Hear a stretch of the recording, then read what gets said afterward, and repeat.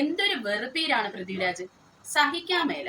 പ്രിയ സുഹൃത്തുക്കളെ, എനിക്ക് മനസ്സിലായിട്ടുള്ളത് ഇയാൾ ഒരു ഫേക്ക് മുഖമാണ് അദ്ദേഹം വെച്ചിരിക്കുന്നതെന്നാണ് തോന്നിയിട്ടുള്ളത്. അപ്പോൾ പ്രിയ സുഹൃത്തുക്കളെ, എല്ലാവർക്കും ജോബീന ജുവൽ വണ്ടേഴ്സ് വ്ലോഗിലേക്ക് സ്വാഗതം. അപ്പോൾ സൗമ്യ സന്തോഷിന് വേണ്ടിയാണ് ഞാൻ ഇന്ന് എന്റെ വെയിറ്റ് ഇവിടെ കാണിക്കുന്നത് കേട്ടോ. സൗമ്യ സന്തോഷ് എന്റെ വെയിറ്റ് ചോദിച്ചായിരുന്നു. അപ്പോൾ ഇതാണ് എന്റെ വെയിറ്റ്.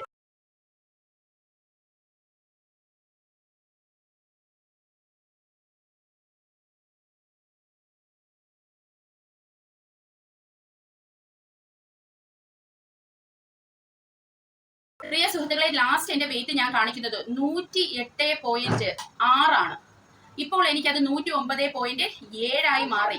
അതായത് എന്റെ 1.1 kg ആണ് കൂടിയത് കേട്ടോ. അതായത് ഞാൻ കുറച്ചതൊക്കെ വീണ്ടും കൂടി, ശകലമാണ് കൂടിയത്, ഒത്തിരി കൂടിയെന്ന് പറയാൻ പറ്റൂല. അപ്പോൾ ഇനി ഞാൻ കറക്റ്റ് 5 കിലോ കുറച്ചിട്ടായിരിക്കും നിങ്ങളെ എന്റെ വെയിറ്റ് കാണിക്കുന്നത്. അപ്പോൾ ഞാൻ ഇന്നലെ രാത്രി മുതൽ ഫാസ്റ്റിങ്ങിലോട്ടാണ്. എന്റെ 5 കിലോ എന്ന് കുറയോ അന്നല്ലാതെ ഫാസ്റ്റിങ്ങിന് ഞാൻ താഴോട്ട് ഇറങ്ങുന്നതല്ല.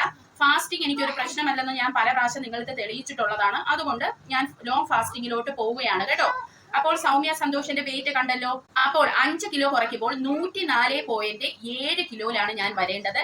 അപ്പോൾ അതുമായിരിക്കും ഞാൻ നിങ്ങളുടെ മുന്നിലേക്ക് വരുന്നത് കേട്ടോ. നമ്മുടെ പൃഥ്വിരാജ് നമ്മുടെ യങ്സ്റ്റേഴ്സിനൊക്കെ വളരെ മാതൃകയായ ഒരു മനുഷ്യനാണ് അല്ലേ. അദ്ദേഹത്തിൽ നിന്ന് ഒത്തിരി കാര്യങ്ങൾ നമുക്ക് പഠിക്കാനുണ്ട്.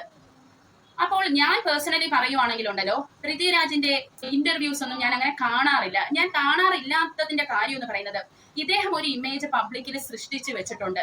അതായത് താൻ വളരെ ബോൾഡാണ്, അല്ലെങ്കിൽ താൻ വളരെ സീരിയസ് ആയിട്ടുള്ള ഒരു മനുഷ്യനാണ്, താൻ എല്ലാം വളരെ പ്രോപ്പർ വേയിൽ ചെയ്യുന്ന ഒരു ആളാണ്, കള്ളത്തരങ്ങളൊന്നും കാണിക്കാറില്ല. എസ്പെഷ്യലി നമ്മൾ ലീഗലി വരുന്ന പല കാര്യങ്ങളിലും ഈസിലി അപ്രോച്ചബിൾ അല്ല എന്നാണ് നമുക്ക് പൊതുവെ ഒന്ന് മനസ്സിലാകുന്നത്. എനിക്ക് അങ്ങനെയാണ് മനസ്സിലായിട്ടുള്ളത്. അതുകൊണ്ട് തന്നെ ഇദ്ദേഹത്തിന്റെ ഇന്റർവ്യൂസും ചിലതൊക്കെ കാണാൻ എനിക്ക് ഇഷ്ടമല്ല. ഞാൻ കുറച്ചൊന്ന് കോമഡി അല്ലെങ്കിൽ സീരിയസ് അല്ലാത്ത കാര്യങ്ങൾ കാണാൻ ഇഷ്ടപ്പെടുന്ന ഒരാളാണ്. അപ്പോൾ പൃഥ്വിരാജിനെ കാണുമ്പോൾ എനിക്ക് ഭയങ്കര സ്ട്രെസ് തോന്നാറുണ്ട്. എന്നാൽ സിനിമയുമായി ബന്ധപ്പെട്ട് അദ്ദേഹം നടത്തുന്ന ചില പ്രൊമോഷനുകളിൽ അദ്ദേഹം വളരെ നല്ല കൂളായിട്ട് വന്നിരിക്കാറുണ്ട്. ഇപ്പൊ ലേറ്റസ്റ്റ് ആയിട്ട് ഞാൻ കണ്ടത് ഇന്ദ്രൻസിനെ വളരെ റെസ്പെക്റ്റ്ഫുള്ളി പൃഥ്വിരാജ് ഇന്ദ്രൻസിനോട് ബിഹേവ് ചെയ്യുന്നതൊക്കെയാണ്. അതൊക്കെ എനിക്ക് ഭയങ്കരമായിട്ട് ഇഷ്ടപ്പെട്ടു കേട്ടോ. അപ്പോൾ എനിക്ക് പേഴ്സണലി തോന്നിയിട്ടുള്ളത്, ഇദ്ദേഹത്തിന് എനിക്കറിയില്ല എങ്കിൽ പോലും എനിക്ക് തോന്നിയിട്ടുള്ളത്, ഇങ്ങനെ ഒരു ഇൻഡസ്ട്രിയിൽ നിൽക്കുമ്പോൾ ഇങ്ങനെ കുറച്ച് എന്റെ വ്യക്തിത്വം ഇങ്ങനെ സീരിയസ് ആണ് എന്ന് വരുത്തി തീർക്കുന്നത് നല്ലതായിരിക്കും ഒരു പരിധിവരെ. കാരണം എല്ലാവരും കൂടെ കയറി തലയിൽ ഇരിക്കത്തില്ലല്ലോ. പക്ഷെ മറുവശത്ത് നോക്കുമ്പോൾ ഉണ്ടല്ലോ, ചില പൊരുത്തക്കേടുകളും തോന്നാറുണ്ട്. അതിനുള്ള കാരണം എന്ന് പറയുന്നത് കഴിഞ്ഞ ദിവസത്തെ ഒരു ഇന്റർവ്യൂ തന്നെയാണ് പൃഥ്വിരാജിന്റെ. അപ്പോൾ ഞാൻ ഇങ്ങനെ ചിന്തിക്കും, എന്തിനാണ് എല്ലാവരും കൂടെ ഇദ്ദേഹത്തിനെ കയറി തലയിലെടുത്ത് വെച്ചിരിക്കുന്നതെന്ന്. കാരണം നമ്മുടെ മമ്മൂക്ക, മോഹൻലാലിന്റെ അടുത്ത് പോലും മാധ്യമ പ്രവർത്തകർക്ക് പലതും ചോദിക്കാൻ ഒരു പ്രയാസവുമില്ല. പക്ഷേ നമ്മുടെ പൃഥ്വിരാജിന്റെ വാർത്താ സമ്മേളനമാണെങ്കിൽ, എന്നാൽ നമ്മുടെ പൃഥ്വിരാജിന്റെ വാർത്താ സമ്മേളനം എന്തെങ്കിലും ആണെങ്കിൽ വളരെ കെയർഫുൾ ആയിട്ടാണ് മാധ്യമ പ്രവർത്തകർ ക്വസ്റ്റ്യൻസ് ചോദിക്കുന്നത്. കാരണം അവർക്ക് എന്തോ ഒരു മുൻധാരണ ഉള്ള പോലെയാണ് ഇദ്ദേഹത്തിനോട് കളിച്ചാൽ ശരിയാവത്തില്ല എന്നുള്ളത്. അപ്പോൾ പൃഥ്വിരാജും അത് മാക്സിമം യൂട്ടിലൈസ് ചെയ്തതായിട്ടാണ് കഴിഞ്ഞ ദിവസത്തെ ആ വാർത്താ സമ്മേളനത്തിൽ തോന്നിയത്. കാരണം കേട്ടുകൊണ്ടിരിക്കുന്നവർക്ക് ഇദ്ദേഹം ഡബിൾ സ്റ്റാൻഡ് ആണോ എടുക്കുന്നത്, ആരെ വശം പിടിച്ചാണ് സംസാരിക്കുന്നത്, ഒന്നും അങ്ങ് വ്യക്തമാവത്തില്ല. നമ്മൾ കുറച്ചുകൂടി നേരമായി ഇന്റർവ്യൂ കാണുമ്പോൾ നമുക്ക് തോന്നും, ഇദ്ദേഹം ഇരയെയാണോ സപ്പോർട്ട് ചെയ്തത്, ഇതിന്റെ പ്രതികളെയാണോ സപ്പോർട്ട് ചെയ്തത്, ഹേമ കമ്മിറ്റി റിപ്പോർട്ടുമായി ബന്ധപ്പെട്ട എന്ന് നമുക്കിങ്ങനെ തോന്നും. നമ്മൾ വീണ്ടും ആ ഇന്റർവ്യൂ കാണേണ്ട ഒരു ഇതാണ്.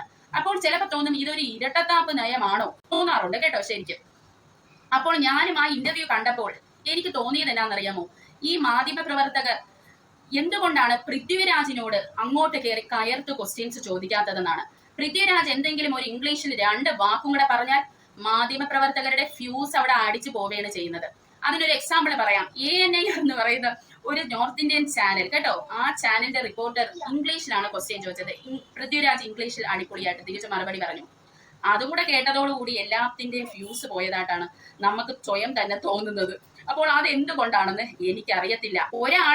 അയാൾ സമൂഹത്തിൽ അയാളെ ക്രിയേറ്റ് ചെയ്ത് മറ്റുള്ളവരുടെ മുമ്പിൽ താൻ ഇങ്ങനത്തെ വ്യക്തിത്വമാണെന്ന് വെച്ചിരിക്കുന്ന ഒരാളെ മുൻധാരണയുടെ പേരിൽ നമ്മൾ മാധ്യമ പ്രവർത്തകർ വേണ്ട രീതിയിൽ ക്വസ്റ്റ്യൻ ചോദിക്കാതെ വിടുന്നത് തെറ്റല്ലേ പ്രിയ സുഹൃത്തുക്കളെ. അതായത് ഒരു എക്സാമ്പിൾ പറയാം. പൃഥ്വിരാജിന്റെ ബ്രോഡാഡി എന്ന് പറയുന്ന സെറ്റിൽ ഒരു സ്ത്രീയുടെ നഗ്ന ചിത്രങ്ങൾ എടുത്ത് പ്രദർശിപ്പിച്ചായിരുന്നു. അപ്പോൾ അതുമായി ബന്ധപ്പെട്ട് എന്നാൽ ഇതിൽ ഒരു മാധ്യമ പ്രവർത്തകൻ പോലും ചോദിക്കാൻ തയ്യാറായില്ല. അത് വളരെ വിചിത്രമായി എനിക്ക് തോന്നി കേട്ടോ. അതെന്തുകൊണ്ടാണ് അങ്ങനെ നടന്നത്? അത് പൃഥ്വിരാജിനെ പേടി കൊണ്ടാണോ? എന്നൊക്കെ ഞാൻ ഇങ്ങനെ ചിന്തിച്ചു. പിന്നെ എല്ലാ കാര്യങ്ങളും വളരെ ശ്രദ്ധയോടുകൂടി നീക്കുന്ന ഒരാളാണ് നമ്മുടെ പൃഥ്വിരാജ്. അതുകൊണ്ട് തന്നെ ഈ ബ്രോഡാഡിയുടെ സെറ്റിൽ നടന്ന ഒരു സംഭവം നമ്മൾ സംശയാസ്പദമായി കാണേണ്ടതായിട്ടുണ്ട്. കാരണം നമ്മുടെ ലൂസിഫറിന്റെ സെറ്റിലും ഒരു പ്രശ്നം നടന്നു. അതും ഹേമ കമ്മിറ്റി റിപ്പോർട്ടിൽ എവിടെയോ അത് കാണിച്ചിട്ടുണ്ട് കേട്ടോ, ആ ഒരു പോയിന്റ്.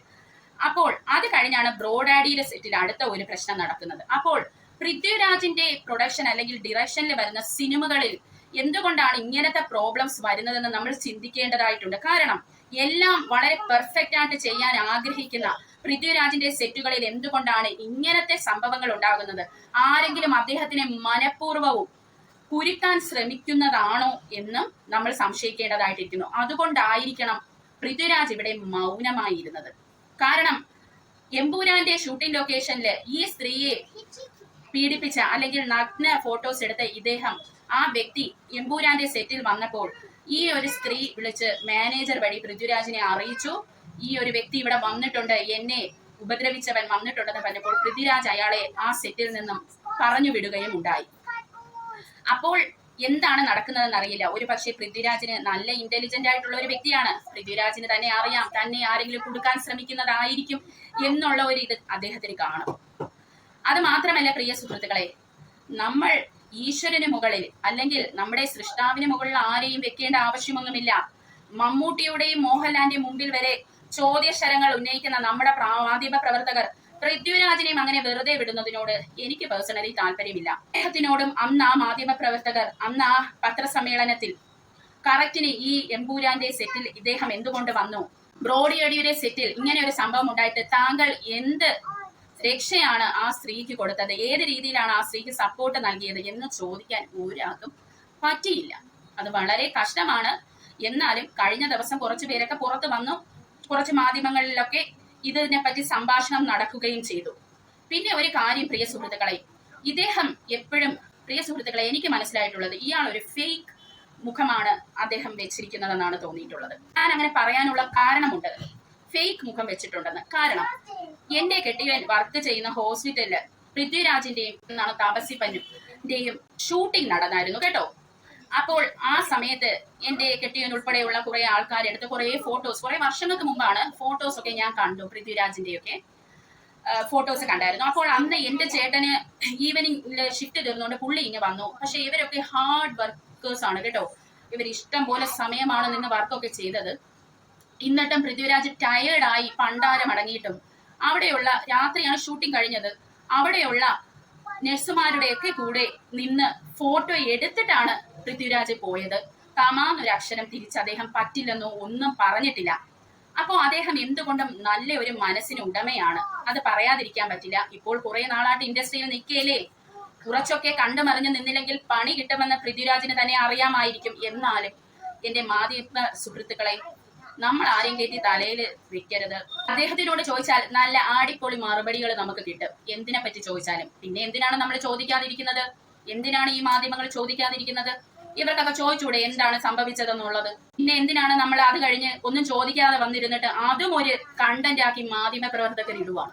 പൃഥ്വിരാജ് അന്ന് എന്ത് ചെയ്തു, ഇന്ന് എന്ത് ചെയ്തു, ബ്രോഡാഡിയുടെ സെറ്റിൽ എന്താണ് സംഭവിച്ചത് എന്നൊക്കെ പറഞ്ഞ് അതും ഒരു കണ്ടന്റ് ആക്കാനായിരിക്കാം ഇവര് ചോദിക്കാതെ ഇരുന്നത്. അതും സംശയാസ്പദമാണ് പ്രിയ സുഹൃത്തുക്കളെ. പൃഥ്വിരാജ് മറുപടി പറയുന്ന ഒരു വ്യക്തിയാണ്.